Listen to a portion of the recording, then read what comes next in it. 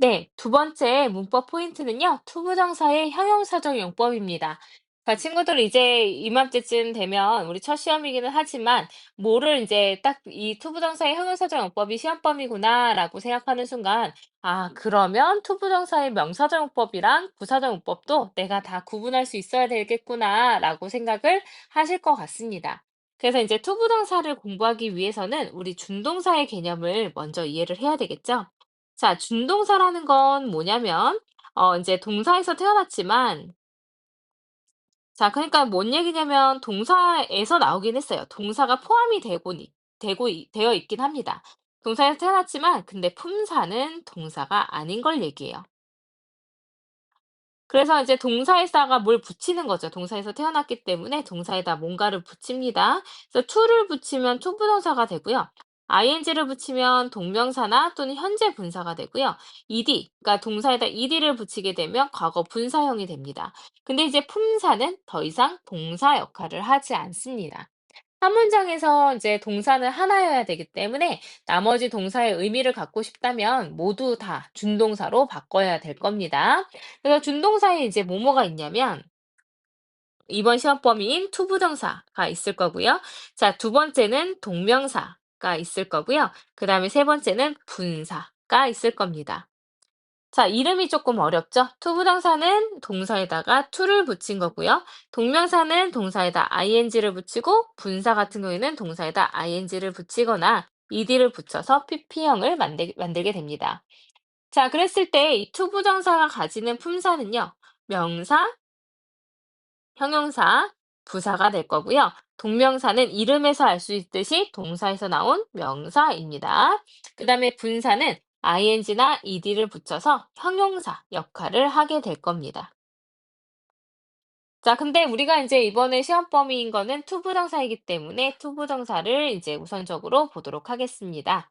자, 투부정사 선생님이 방금 말씀드렸지만 명사 역할을 할 수 있다라고 얘기했거든요. 자, 그럼 투부정사가 명사 역할을 하면 뭐뭐 하기는 이렇게 해서 주어 자리 들어갈 수 있고요. 자, 뭐뭐 하기는 뭐뭐 하는 것은 해서 주어 자리 들어갈 수 있고요. 그다음에 뭐뭐 하기를 해서 목적어 자리 들어갈 수 있고요. 그다음에 뭐뭐 하는 해서 이제 보어 자리 들어갈 수 있습니다. 뭐뭐 하는 보다는 이제 해석이 뭐뭐 하기 뭐 하기라고 그냥 해석을 하시는 게 좋을 것 같습니다. 그래서 보어 자리 들어갈 수 있어요. 그러니까 명사기 때문에 결국은 무슨 자리 들어간다? 주어, 목적어, 보어 자리 들어간다. 그래서 이런 식인 거죠. To plan, plan study. 이제 공부를 계획 세우는 것은 is a good habit. 좋은 습관이다. 이런 식으로 쓸 수 있는 거예요. 그래서 여기가 지금 to plan study 자체가 주어 자리 들어갔기 때문에 이게 이제 투부정사가 명사 역할을 했다라고 볼 수가 있는 겁니다. 자, 그다음에 이제 투부정사는 명사 말고 이제 형용사 역할을 할 수 있습니다. 이번 시험 범위가 되겠죠? 자, 투부정사가 형용사적 용법으로 들어가면요. 앞에 명사가 있고요. 그다음에 명사 바로 뒤에 이제 투부정사가 들어가게 됩니다. to 부정사라고 쓰지 않고 to 플러스 동사로 쓸게요. 자, to 다음에 이제 동사가 이렇게 들어가게 되는데 이때 이제 to 부정사가 하는 역할은요. 앞에 있는 명사를 수식해 주는 겁니다. 그러면 이제 to 부정사가 이 형용사적 용법으로 쓰였기 때문에 뭐뭐 하는 이런 식으로 해석이 되겠죠. 뭐뭐 하는 명사 이렇게 돼요. 뭐뭐 하는 명사 이렇게 해석이 되는데 예를 들어서 plan 계획이에요. 근데 어떤 계획이냐면 to study 공부하겠다는 계획 이렇게 되는 거죠.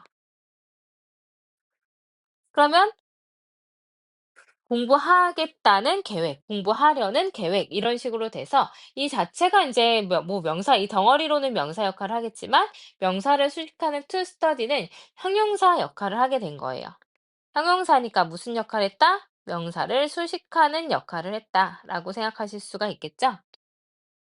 자, 그다음에 이 형용사적 용법에서는 또 한 가지 기억해야 되는 게 뭐냐면 예를 들어서 이런 게 있어요. A chair, 의자입니다, 의자. 근데 이제 의자인데 앉을 의자예요. 그러면은 앉을 의자 좀 있나요? 라고 물어볼 수 있죠. 그럼 a chair to sit 까지 보면요. 이 뒤에 전치사가 붙을지 안 붙을지를 구분하는 게 나오거든요. 자, sit a chair이에요? 아니면 sit on a chair이에요? sit on a chair이죠. 그래서 이때는 on이라는 전치사가 필요합니다. 그래서 이걸 구분하기 위해서 어떻게 하자는 거죠? 앞에 있는 명사를 뒤에다가 쏙 넣어 봅니다. 그래서 여기 넣어 보니까 sit chair 아니고 sit on a chair이기 때문에 이때는 이제 on이라는 전치사가 필요하다라고 생각을 하면 돼요. 근데 위에 건 어때요? study a plan 했으니까 뭐 인제 그 계획을 공부할 계획 이렇게 돼 가지고 인제 이때는 그냥 바로 써도 되는 거죠. study with a plan 이렇게 쓰는 거 아니니깐요. 자, 그래서 요렇게 이제 전치사가 있는지 없는지는 앞에 있는 명사를 뒤에다가 넣어 봐라라는 겁니다. 자, 그다음에 이제 부사적 용법이라고 하면 부사니까 떨거지잖아요. 그래서 의미를 더해주는 역할만 할 뿐입니다. 그래서 뭐 주어, 목적어, 보어살이 들어간다거나 그런 거 없이 의미를 더해주는 역할을 하게 될 겁니다. 그래서 어떤 의미를 이제 더해줄 수가 있냐면 이 부사적 용법 같은 경우에는 의미를 더해줄 때 이제 목적, 뭐뭐 하기 위해서, 뭐 판단의 근거, 뭐뭐 하다니. 그래서 그녀는 뭐 이렇게 하다니 정말 예의 바르다 이런 식으로 쓰이는 거죠.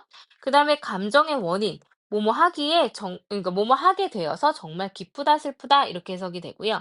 그다음에 이제 정도, 뭐뭐 하기에라고 해석되거나 결과, 결국 뭐뭐 하게 되다. 조건 뭐뭐 한다면의 식으로 조금 의미를 더해주는 역할을 하는 겁니다. 그래서 이번에 이제 시험에서 물어보는 거는 바로 이 형용사적 용법으로 명사 뒤에 이렇게 투부정사가 들어가게 되고 만약에 전치사가 있을지 없을지를 물어본다면 뒤에다가 이제 앞에 있는 명사, 수식받는 명사를 뒤에다가 넣어봐라라는 겁니다. 자, 그러면 예문을 보면 조금 더 이해가 되실 것 같아요. 자, 투부정사가 형용사처럼 쓰여서 명사나 대명사를 수식하는 역할을 하게 되면 뭐뭐 할, 뭐뭐 하는 이라고 해석이 됩니다. 명사 뒤에 투부정사가 들어가게 될 거예요. I got a chance. 나는 기회를 갖게 됐습니다. to see the northern lights 했으니까 오로라를 볼 기회를 가졌습니다. I have many things. 나는 많은 것들을 가지고 있습니다. 지금 해야 할. 해서 어떻게 됐죠?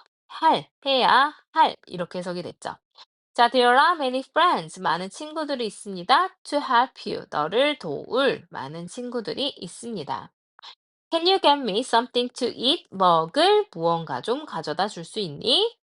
자, she has no time to sleep. 잘 시간이 없다. 그래서 다 뭐뭐 할, 뭐뭐 하는 이라고 해석되면서 앞에 있는 이 명사들을 수식을 해준다라고 생각을 하면 됩니다. 왜냐면 형용사가 원래 하는 역할이 명사를 수식하는 역할을 하니까요.